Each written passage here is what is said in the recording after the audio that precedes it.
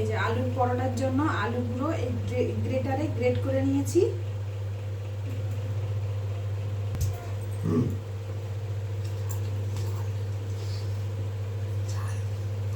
কড়াইটা গরম হয়ে গেছে, সর্ষের তেল দিয়ে দিয়েছি।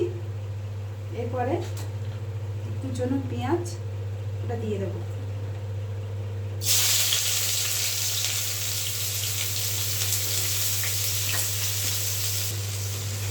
কাঁচা লঙ্কা কুচিয়ে দিয়েছি, সামান্য অল্প পরিমাণে, বাচ্চা খাবে। এবার একে একে মশলা দেবো।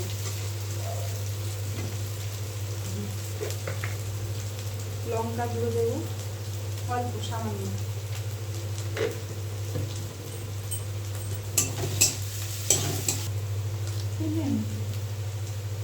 জিরে গুঁড়ো সামান্য পরিমাণে,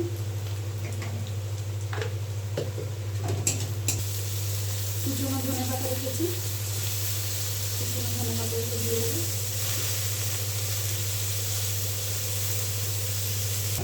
এবার আলুগুলো দিয়ে দেবো, গ্রেট করা আলুগুলো দিয়ে দেবো। নতুন আলু যেহেতু একটু শক্ত শক্ত আছে, তাই গ্রেট করে দিই যাতে ম্যাচটা ভালো হয়।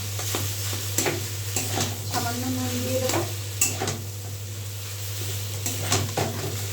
অল্প করে চিনি দিয়ে দেবো সামান্য পরিমাণে।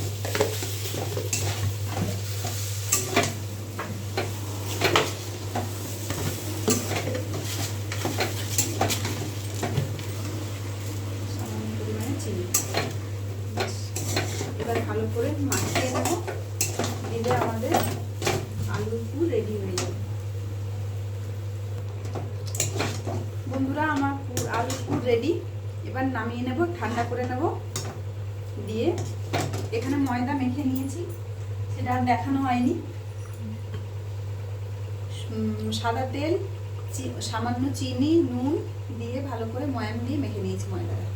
এবার ঠান্ডা হলে এর মধ্যে পুর করে পরোটা রেডি। আমার সময় এই দেখো বন্ধুরা, আলুর পরোটা করবো। চাটুটা তাওয়াটা হয়ে গেছে, গরম হয়ে গেছে। এরপরে বাড়ির ঘি, তাওয়াতে ঘি দিয়ে দেবো সামান্য।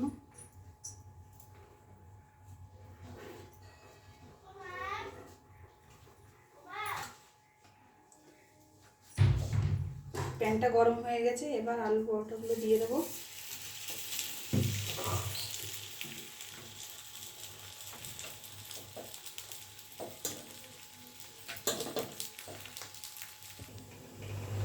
এবার ও পিঠটা হয়ে গেছে, এই পিঠে একটু সামান্য ঘি দিয়ে দেবো,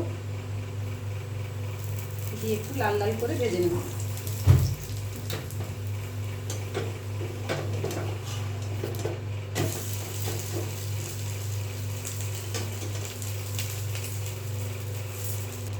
এই যে আমার একটা পরোটা ভাজা হয়ে গেছে, রেডি।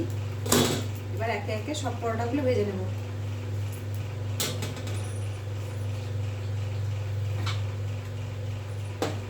কড়াইয়ের মধ্যে সামান্য ঘি দিয়ে দিলাম, দিয়ে পরোটা দিয়ে দেবো।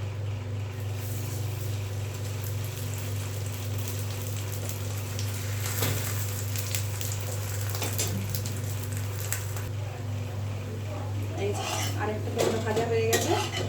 এবার একে একে সব পরোটাগুলো এরকম করে ভেজে নেব। দুটো পরোটা ভেজেছি, দেখুন আলু পরোটাগুলো আমার কেমন ফুলেছে। এই যে